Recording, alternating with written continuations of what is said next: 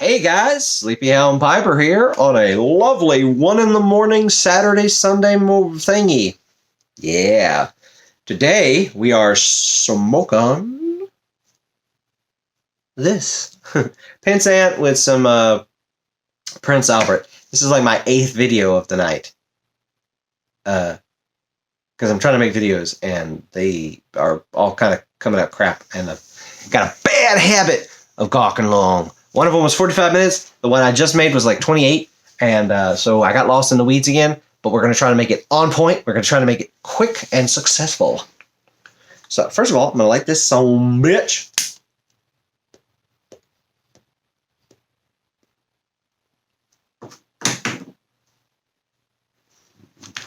So this video is about writing, which I'm trying to do. I like to consider myself somewhat of a novice writer. Not at all active enough for that. I do some poetry. I do some writing. My poetry, I would say, falls more into Southern Gothic. I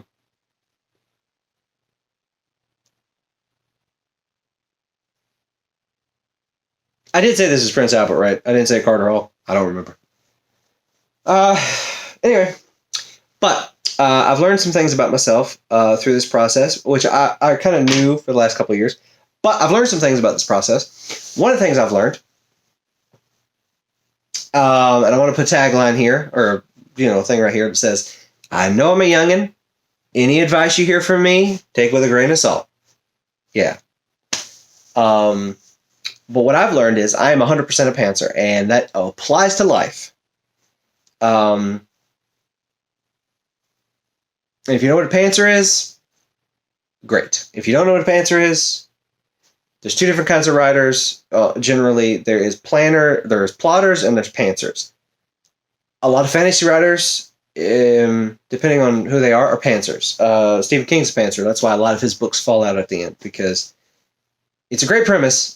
He does pretty good work, and then he gets to the end, and he's like, I don't know how to finish this. And he just kind of goes, but that's not necessarily a bad thing. It depends on how you like stuff. Anyway.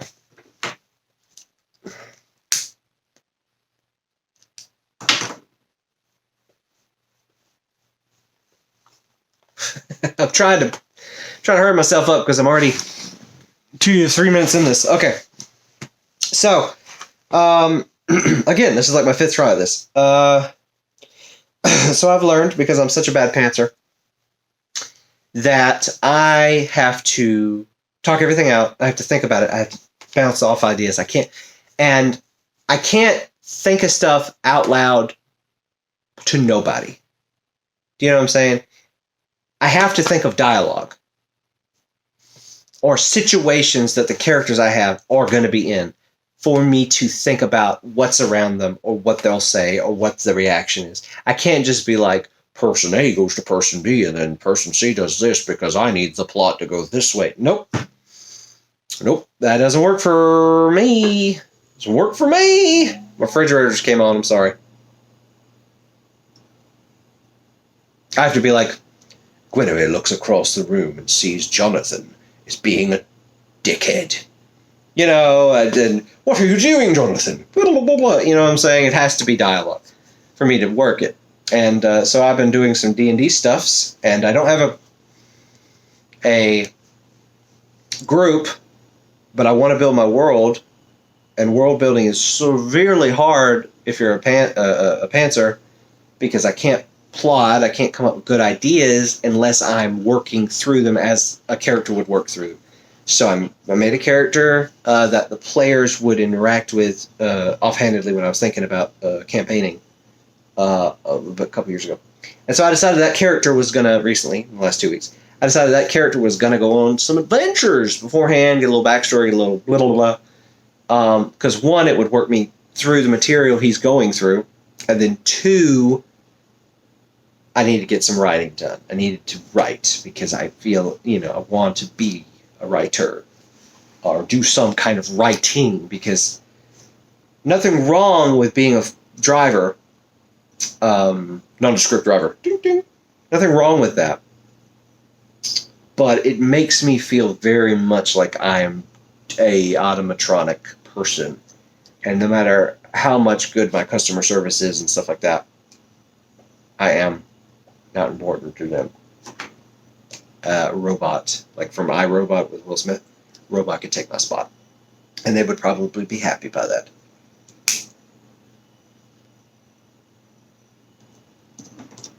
Because a robot would be on time. Blah, blah, blah. You get my point.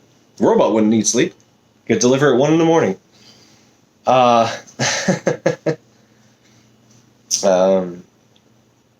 Anyway. So I'm trying to be something about myself. And so I'm trying to write. And so the advice I have to give on this, so that this video doesn't take forever, because I will go off on a tangent, is... Oh, I would like to know. It is working.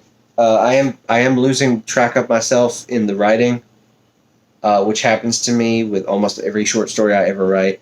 I guess it's the momentum or the idea or whatever, because I have the premise of what I wanted to do, kind of do, but I haven't figured out the base setup characters, haven't figured out the location, but I kind of have some basis. But as he's going through what I've got him going through so far, I have developed a lot more of one of the big areas that the player, that's going to be in the center of the player's kind of area that they can go in, the kingdom of the Shining Gods. It's a theocracy, or whatever, religious oligarchy or whatever it's actually is, because everything's run by the popes. There's like 7 of them. Anyway.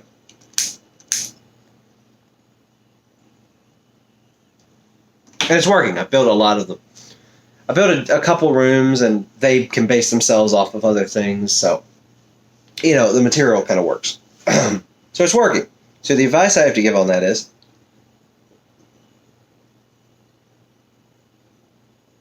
both with writing and honestly with life, which I'm great at giving advice and terrible at following it, as is most people. As is most people. You need to, it would be in your best interest, if you're one of those people that gets stuck a lot, to jump. That would be your best interest, is to jump.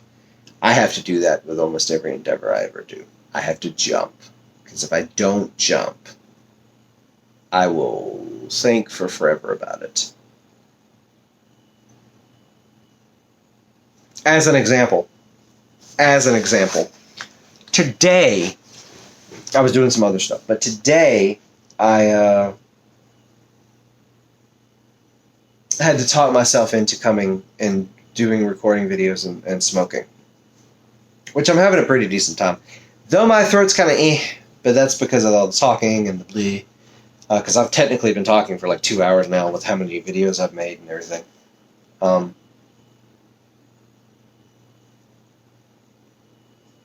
And the fact I'm smoking hot because I'm nervous and I'm trying to keep the pack lit. And I always drink Powerade when I'm out here, which doesn't help my throat any. Anyway, you might need to jump. You might need to find yourself and say, hey, what would be a good idea? I'm going to jump and just go and just drop everything. Whatever's in my hand, don't worry about it. I'm going to go forward. And when I get to where I think I need to get somewhere in the distance, I'm going to look back and see what I dropped, and then I can pick it up. But as it stands, you carry so much crap, you'll never move past the starting line. Because that's a bad habit of mine. In a lot of things, including jobs. A lot of things, including jobs. I don't like the job I'm in. Nothing wrong with it. I don't like the job I'm in. Because again, like I said, I don't feel like I'm a person. But a lot of jobs are like that. I'm not going to lie to you. A lot of jobs are like that. And even when you think you have all the time in the world, so I used to do a hotel job. Used to be a hotel clerk, night shift, as you would expect from me. I had so much time, to write or to read. And I spent all that time when I wasn't necessarily needing to be awake for some part of my job, sleeping. Because I was just, I mean, you know, your engine's out. You're coming in at, I think it's like 10 or 11 o'clock at night and work until 7 in the morning or something like that. Your whole circadian rhythm is screwed. And it's real hard. It's like it's like full blood jet lag all the time. And then I have the night shift, so I'm dealing with crackheads and domestic violence and everything else in its brother. No exaggeration on that. I had to deal with a lot of crap that I was like, this is ridiculous. And it's on a night shift. That's why they wanted it. They wanted a man on the night shift to handle the bull crap. That's exact words. And the only reason I got that job was because I had another job that was stealing time from me that I already worked. And, sorry about that. And was paying me better, but I got passed over twice for being assistant manager, which that job I shouldn't even have been in it in the first place. But got passed over for being an assistant manager, and I wasn't as happy about it because both people who wanted to be assistant manager and got the position, which they were above me in the company, or with tenure, so it's fine, it's cool, I get it. But what bothered me is they were just so adamant about being it, and then a week into it, they're telling me, "Oh, I gotta see my kids. You knew what this position was about." So it just, yeah. So I jumped ship on that place because I was like, I've been here for like 2 years, and I'm not gonna be promoted, and I'm already working at like 2 or 3 different stores to make enough hours because I'm not making enough money. It's not worth my time. You know what I mean? It's not worth my freaking time. So I went somewhere that paid me less, gave me more time, and I thought to myself, well, I may be getting paid less, but the guy says every 6 months I get a 50-cent pay raise, which is significant. You know, which is pretty significant at the time of my life. And I was like, great. So if I work here for blah, blah, blah years, because it's not a hard job, I'll be great. And in about a year, I'll be back to where I was anyway, so it won't matter. I did not stay there a year. I stayed there maybe at most 6 months before I got another job. Because something offered to pay me like $10 or $9 more an hour. And I was like, well, a delivery driver or an extra for $19 an hour, or sitting in an office and getting paid $10 or $9.30 or $9.50, whatever. You get my point. It wasn't a hard choice. I had to do what I had to do. And so you got to make jumps. Now, I am very extremely cautious and very nervous person, so my jumps are not really that big. And believe me, I had a lot of worries about doing this, the little small baby jumps that I did. So I'm pretty sure that if I was I was about to say more of a man, but that's not necessarily the thing.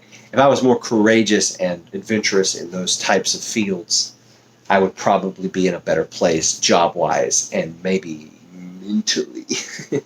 So that's my advice. That's the video that I'm trying to sum up, and I know I already spent 15 minutes on it. I'm sorry, I got lost in the weeds. But the point I'm making here is, make the jump, man.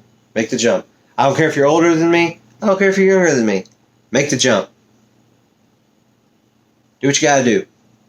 Write. Read. Listen to music. Make music. Do what you gotta do. Because you will never, this is advice to myself too, you will never get the time back. You will never, ever get the time back. So you better make the most of it now. I'm not saying run 90 to nothing, but I am saying push yourself. Because if it was up to my own devices, I'd be sitting in a chair in my house right now. Or sleeping right now in my bed. instead of making YouTube videos and trying to write. Yeah. These are the facts. Anyway, it was nice talking to you guys. I'm probably going to make another video about something I wanted to do in December as a way to keep it going with more structure. So I'm going to go make that one now. Yes, I'm going to have the same clothes on. I'm sorry. So when you see the next video, yes, I will look the same. I am so sorry. But while I have the momentum, I'm going to go for it. You guys have a nice night. Have a chicken. That's not going to be my tagline, but it was funny from the previous video, so I thought it'd be funny on this video. This was a lot more tamer. You have a good one. If you think I'm a little bit more rambly, let me know. I'll try to work on it. This is me 4 takes in, so think about how crazy it was beforehand. You know. Anyway, have a nice night. Smoke something good. Enjoy your life. Don't drink Powerade as your pipe accompaniment. Yeah.